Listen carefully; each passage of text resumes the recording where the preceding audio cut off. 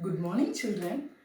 Last videos up to from the incomplete records, we completed 5 sums. Okay, in that 5 sums, we ascertained the profit or loss and then missing figure.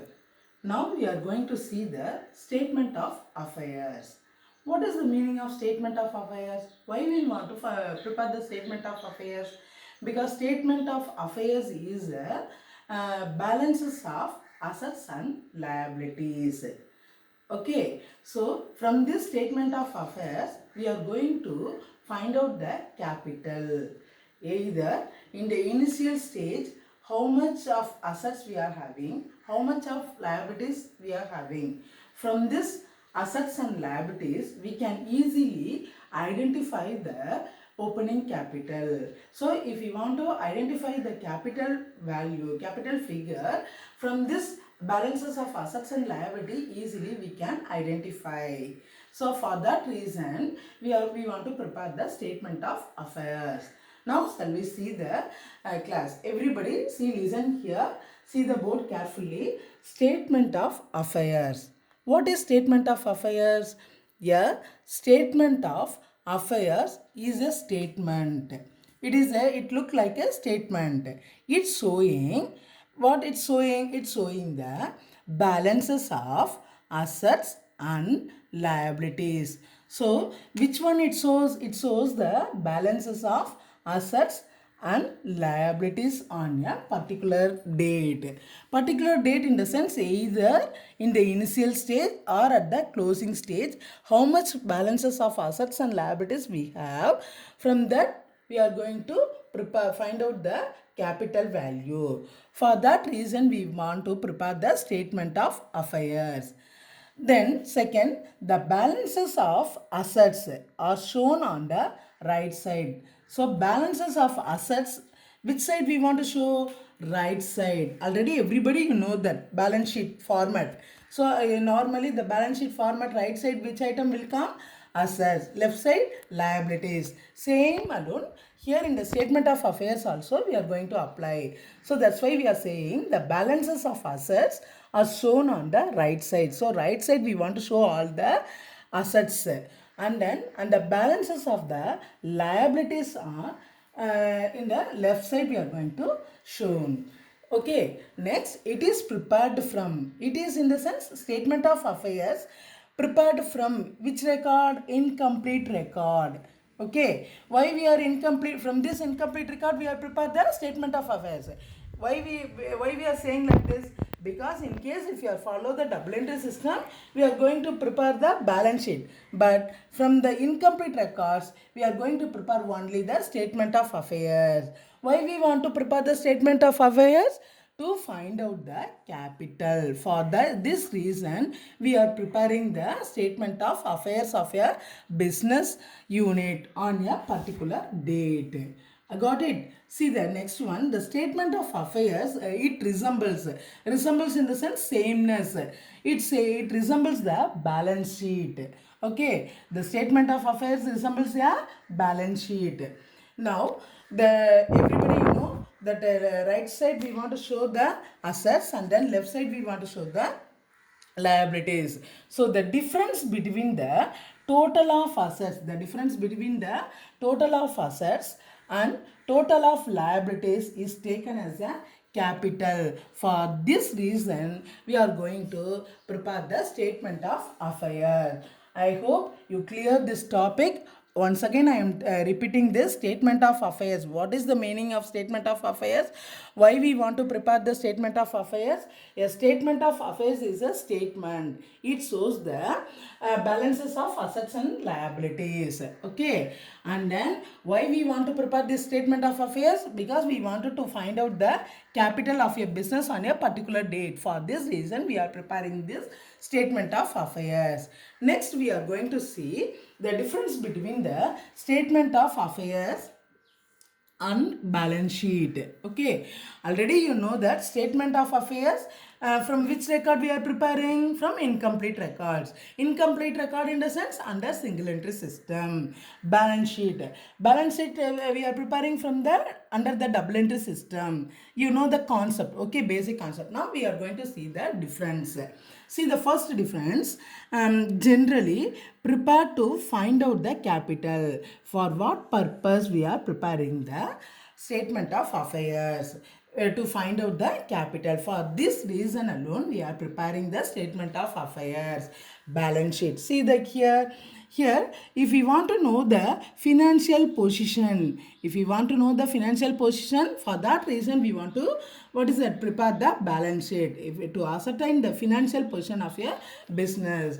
This is the first difference between the statement of affairs and the balance sheet. See the second one, statement of affairs is prepared when double entry system is not strictly followed. Yes, statement when we are prepared the statement of affairs, when double entry system is not strictly followed. In that case, we are preparing the statement of affairs. So what is the difference? Here the statement of affairs, when double entry system is not followed, in that case, in that time we are preparing the statement of affairs. But balance sheet, when accounts are maintained under double entry system, in this case we are preparing the balance sheet. This is the second difference between the statement of affairs and the balance sheet. And then third one, it is not fully based on the ledger balance.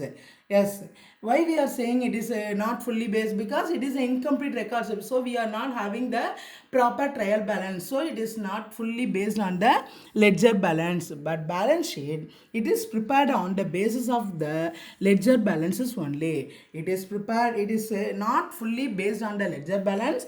It is prepared only on the basis of the ledger balance. And the next one, next difference, it is not reliable. It is not reliable. Why we are saying it is not reliable? Because it is based on the incomplete records.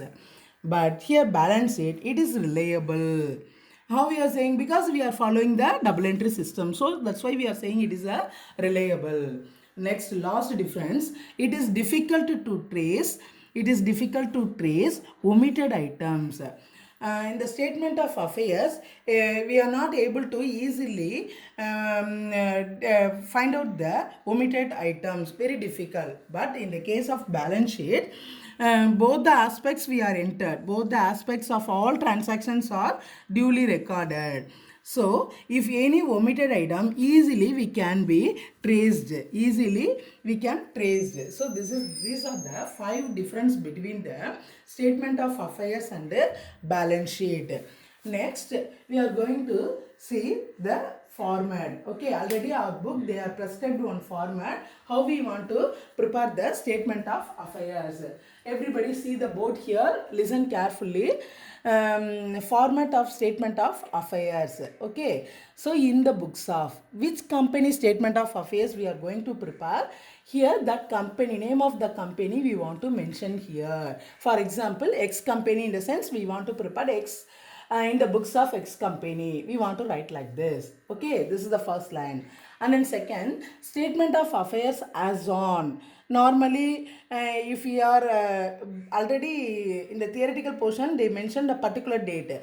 If we are going to prepare the opening capital, here we want to mention the opening date. In case if you are going to find out the closing capital, we want to here mention the closing date. Okay.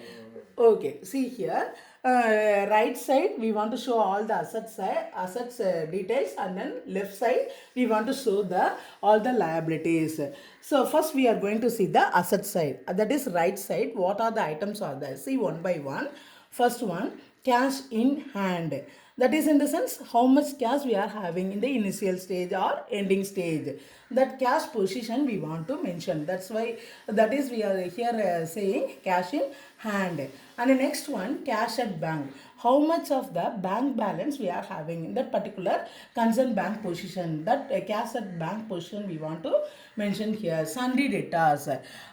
Sundry debtors, already you know the meaning. How much amount we want to receive from our debtors, because already we gave some goods in the credit form. So if we want to collect from that particular person, so that person, from that person, how much amount we want to collect, that person's we call it as here sundry debtors. So we want to mention here sundry debtors value. And then next one, bills receivable, in the form of bills, how much we want to receive, that we want to show it in the asset side. And then next is stock in trade, how much stock value we are having, that also we want to mention in the asset side. Next one, prepaid expenses. Prepaid expenses, that is in the sense before already we paid certain expenses, for example insurance, okay, like that. So that kind of the expenses is called a prepaid expenses. And then fixed assets, that particular concern or the concern fixed assets we want to maintain, we want to write here. So these are the items comes in the asset side. Next we are going to see the liabilities. So in the liabilities, in the sense left side we want to write all the items. See the first one, sundry creditors.